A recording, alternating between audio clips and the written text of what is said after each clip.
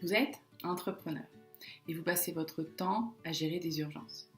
Vous souhaitez reprendre le contrôle de votre réussite. Une meilleure organisation pourrait vous aider avec la méthodologie de gestion de projet. Comme nous l'avons vu dans la vidéo sur le triangle indispensable, il est important de déterminer les objectifs, l'échéancier et le budget, et ce, pour n'importe quel projet. Nous allons commencer par déterminer vos objectifs. Bien sûr, avant même de commencer à passer à l'action.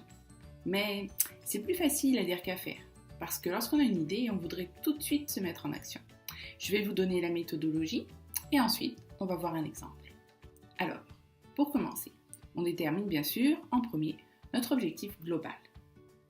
Ensuite, cet objectif, on va le décomposer en éléments. Par exemple, éléments 1, 2, 3. Puis, il faut se concentrer sur l'élément 1 en premier. Vous savez que le 2 et le 3 seront à faire, mais vous les mettez de côté pour le moment.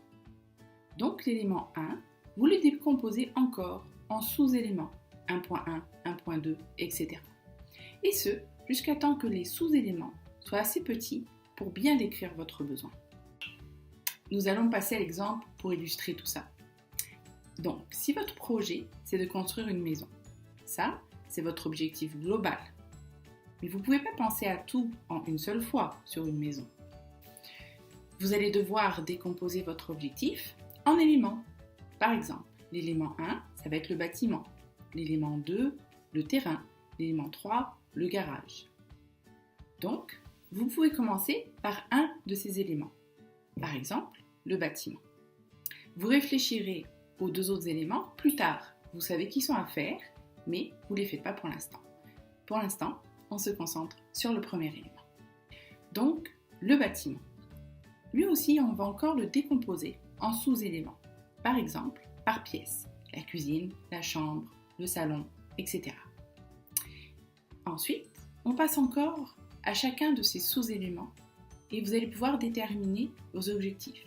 Par exemple, dans la cuisine, est-ce que je veux un frigo ou deux, un congélateur, un évier, etc. Maintenant que vous avez décrit vos objectifs précis pour le sous-élément 1.1 de l'élément 1 de l'objectif global, vous pouvez passer au suivant, donc le 1.2. Quand vous avez fini avec l'élément 1, vous passez au 2, puis au 3, toujours avec la même méthode.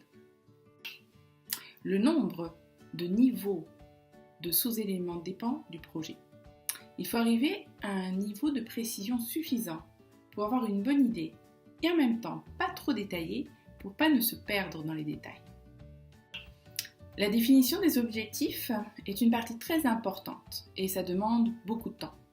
En effet, pour atteindre vos objectifs, il faut les fixer. S'ils sont trop flous ou si vous les changez au fur et à mesure, vous n'arriverez jamais à les atteindre et vous allez ressentir une frustration. Maintenant, vous avez réussi à déterminer vos objectifs. Il reste à déterminer l'échéancier et les coûts associés à ces objectifs. C'est ce que nous verrons dans les vidéos des mois prochains. Si vous avez des questions, n'hésitez pas à me les poser en commentaire ci-dessous. Et si vous n'arrivez pas à appliquer ces techniques à vos idées ou à vos projets, vous pouvez me consulter. Je suis là pour vous aider. À bientôt!